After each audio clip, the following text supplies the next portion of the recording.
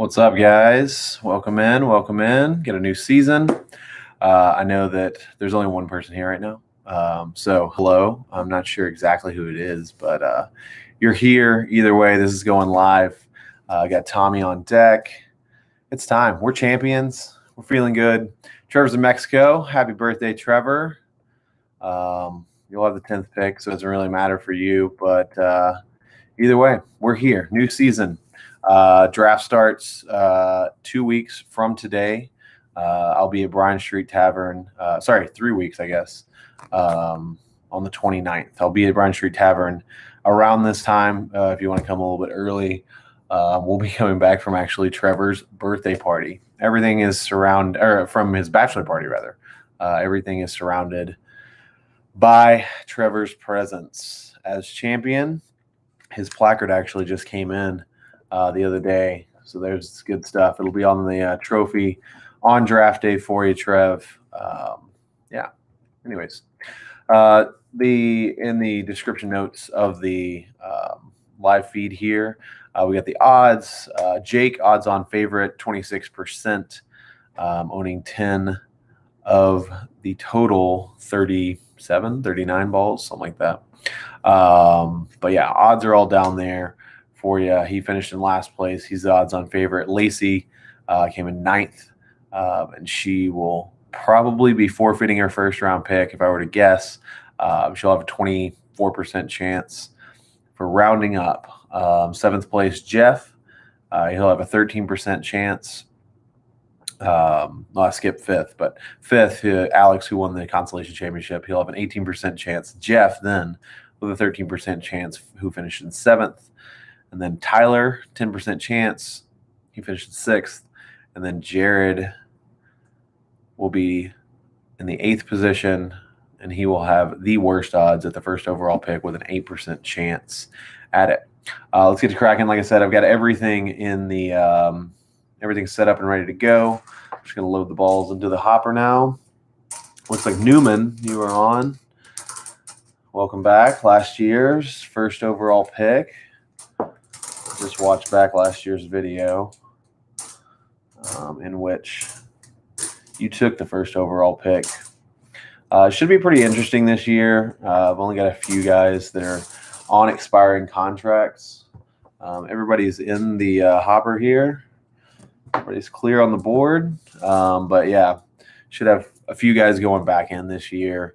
But still a lot of interesting keeper decisions. And I think a lot's going to come down to the actual draft order. So let's get to it. Just mixing it up pretty good on the first roll. All right, here we go. First ball's in. What's our count here? 065. 065. And that is owned by Alex. He came in the championship on the consolation. He ends up landing the first overall pick. All right. Sorry, I just got to make note there. Good deal. Let's roll it again. See who's up next. Next ball is in. It is our odds-on favorite, B10, Jake. Jake with the second pick. All right.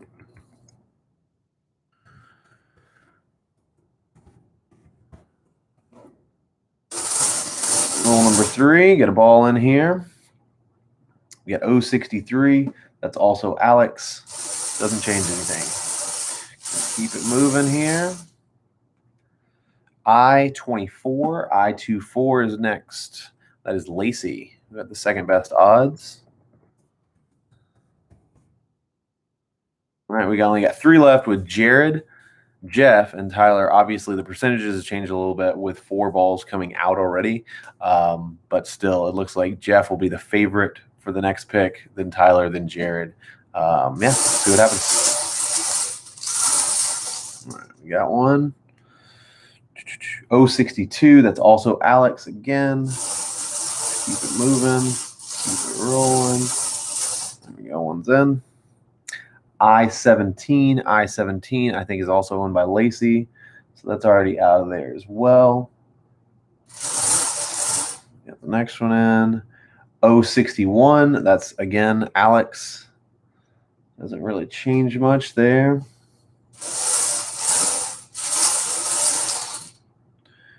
G47, that is a new number for us.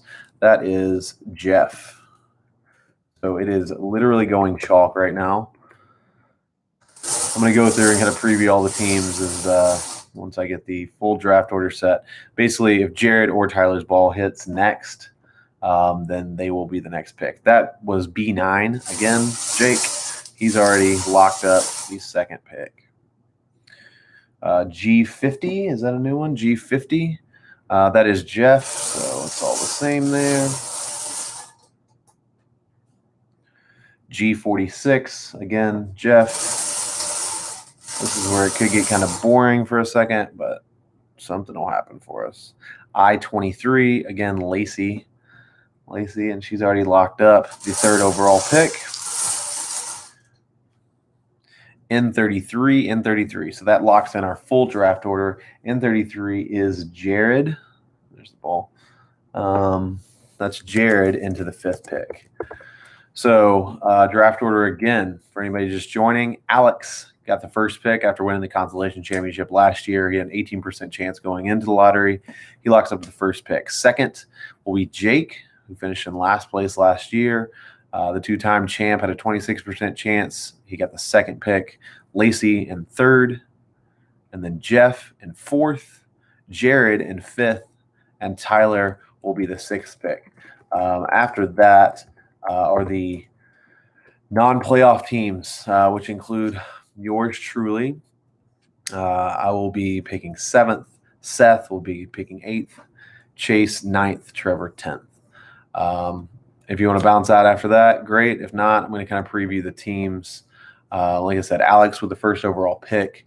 It will be pretty interesting to see what he does. I wouldn't put it past him to possibly look at moving out of the first overall pick. So anybody who's not doesn't have a first-round keeper locked in, because I would guess that the lock of all locks, Alex is keeping Dalvin Cook.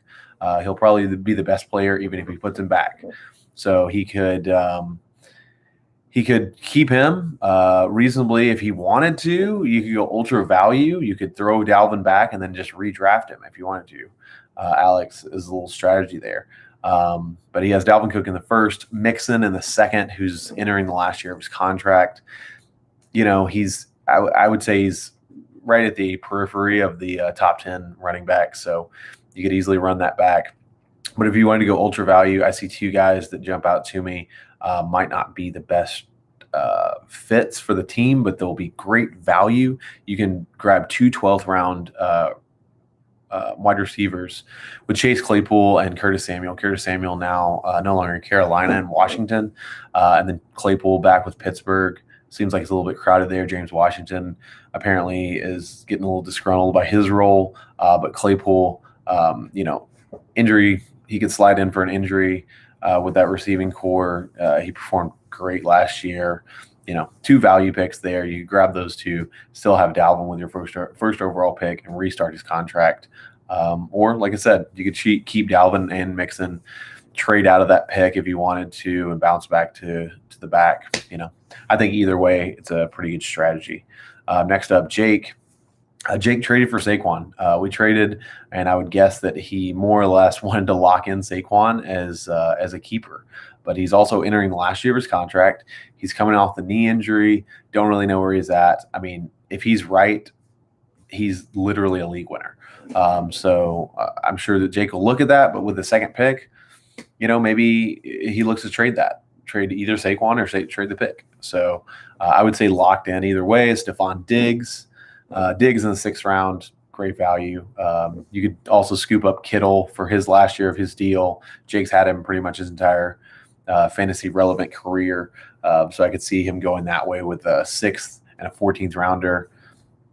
That's not a bad strategy, but just, if Saquon is there. So I would guess I'll put up the league directory soon.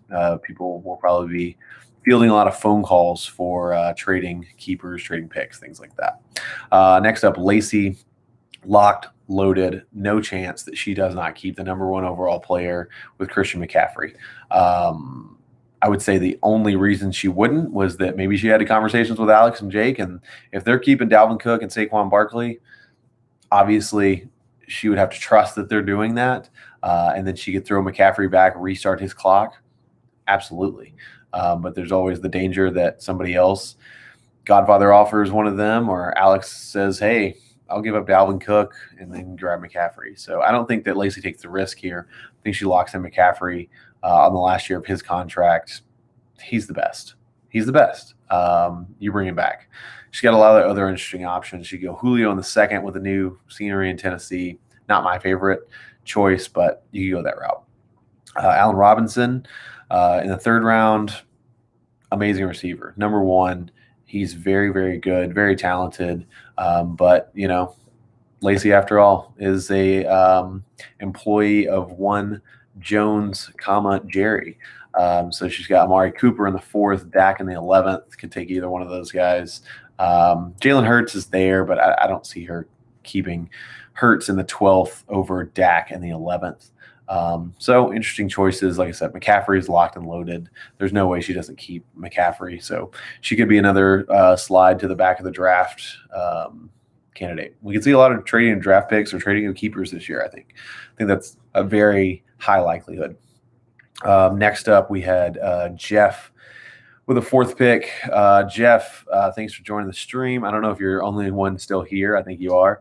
But looking at your squad, looks like Zeke in the first. That's really, really nice. Pair that alongside Jonathan Taylor. A lot of injuries there, especially Quentin Nelson on the O-line for the Colts. A little scary. You got Glass Wentz in the back behind center.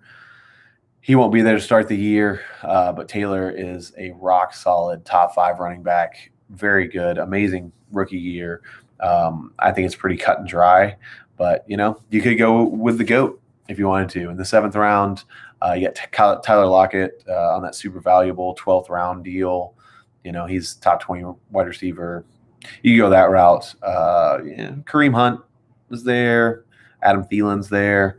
But it looks like Zeke and Taylor. Once again, so far, all 4 of the top teams in the draft look like that they could possibly, if not probably, take their first round value and forfeit their pick. And so that means that the next person up is Jeff. Jarrod with the 5th pick. Jarrod, that's where things get interesting because, like I said, the first 4 picks could be gone. He could basically effectively be the first pick. More or less, Kamara is going to be the top pick of whoever has the first pick because he'll be the top available player. So I could definitely see Jarrod not keeping Josh Jacobs in the first. I'd say his best player right now, Aaron Jones, going into last year's contract. Obviously, Jarrod's a big Packers guy. He's got Rodgers in the 11th. He could do that again if he wanted to. Miles Sanders, who he kept last year. J.K. Dobbins, super talented, 4th round. You could pair up the 2 running backs there. I like that. Personally, I'm a big proponent of grabbing the running backs quick because they're going to go quick. But I don't see him keeping Jacobs, maybe Mike Evans, but the 2nd round value, probably not the best. Hawkinson in the 9th, if you wanted to go ultra value again with Aaron Jones and pair him alongside Hawkinson or Aaron Rodgers. I can see that happening, but Aaron Jones seems like a lock. Other than that, pretty fluid. But we'll see. Either way, if everybody keeps their first round picks in front of him, Jarrod's walking in knowing he's got Kamara in his back pocket. So I think that's a pretty good start to the team. Next up, 6th pick, Tyler, coming in hot.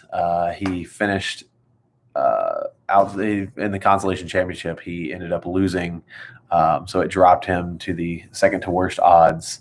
And so, he's there. Tyler, you just texted me. Sorry, bud. But coming into the last lottery position, you got a good squad. You got Mahomes. He doesn't care. He has Mahomes. Big Red Raider guy. last year's contract. Will he go down with a ship? Possibly. Chris Carson's a possibility in the second round. You're in that mid pack, so maybe you could squeeze up to the front by dangling Mahomes out there. Who knows? You could do a lot. We'll see. You got a lot of possibilities. Deontay Johnson down there in the 10th round. James Robinson coming off his outstanding breakout rookie year, but I don't know if he's the guy down there in Jacksonville with Trevor Lawrence behind center. Darren Waller jumps off the page. Darren Waller in the 7th. I love that. Love that value. He's almost the most valuable overall player that you have. So you could pair Waller alongside Deontay Johnson if you wanted to. You could pair him alongside Mahomes, 3rd, 7th rounds. I like that. You could go McLaurin. McLaurin's a super great receiver. And then just try to build your stable of running backs around that. But Carson seems a little bit of an overreach, especially since he's coming off his first year of his contract. Now bouncing to the non-lottery teams. I'll start with mine. Tyreek Hill is probably the best player that I have on my team. I'll probably be keeping him. Who I put beside him is a little bit of a question. It might be the guy who got a super rich contract this week with Josh Allen, 8th rounder. It's great value. It would be the first year of his contract, so I get to keep him for 3 more years, which I see is really valuable. Eckler in the 1st, not going there. Godwin, maybe. Obviously, I love him as a player, and I love his talent, but we'll see. Robert Woods isn't honestly too far off from Godwin as far as fantasy performance goes, and that's 3 rounds better. So in the 5th round, that's a possibility. But like I said, I'm keeping Josh Allen in the 8th, almost certainly, who I pair alongside him. I got a lot of 12th rounders. Brandon Ayuk, love that guy. Gas man from Miami. Not totally sure of his role. I'm going to have to do a little bit more research on that, but I could do either one of those guys in the 12th or Damian Harris in New England, though I'm wary of New England running backs. We'll see. Tyreek, Josh Allen are the odds-on favorites, but that's just for the people that are actually watching this stream.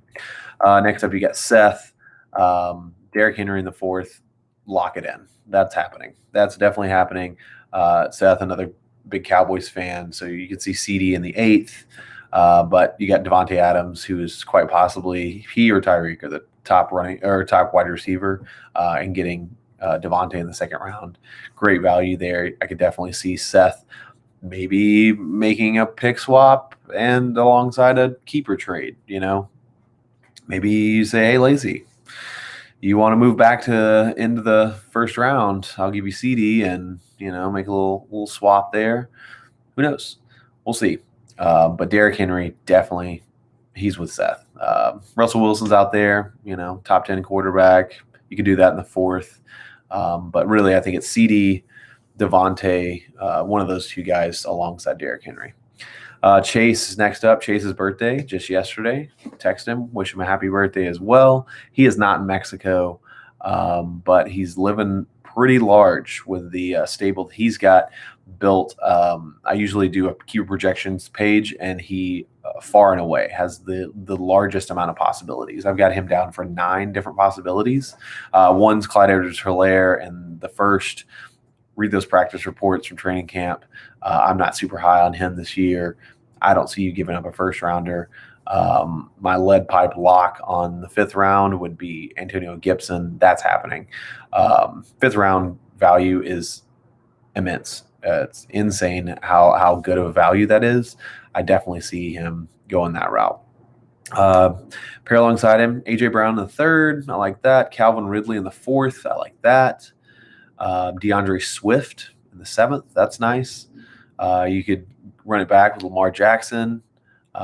Again, top 5 quarterback there in the 11th round. That's pretty nice value. You go Herbert as well, coming off his rookie year with that free agency designation. He gets a 12th round pick for a really, really good quarterback. You could go there, but I'd see Lamar is more likely. Mark Andrews also, you could take him, top 5 tight end in the 12th round. But Justin Jefferson is sitting there, 15th round value. That's insane. Antonio Gibson, Justin Jefferson, pair a couple last year's rookies together. That's looking nice to me. But maybe Calvin, you see him a little bit more valuable coming off the AC sprain for Justin Jefferson. You can go Calvin, 4th, 5th. That's nice. Jefferson will be fodder for one of us. Then to our champ, our birthday boy, our cover image guy, calling for all your East Texas real estate needs. Chubb in the first round, lock it in. I don't see Trevor as one of those people that's going to want to slide up because you get effectively another first-round pick with the snake coming around. Lock in Chubb. You grab the best available coming out of that. Kelsey, I could definitely see being his other pick as going into last year of his contract. Maybe Metcalf just because of the contract situation with Kelsey, but I don't know. You can talk to him about it in trade negotiations after you wish him a happy birthday. He's got Kyler in the 6th, David Montgomery in the 8th. I don't really see them as being factors with the big 3 up top. So that's where we're at. One more time for the people in the back.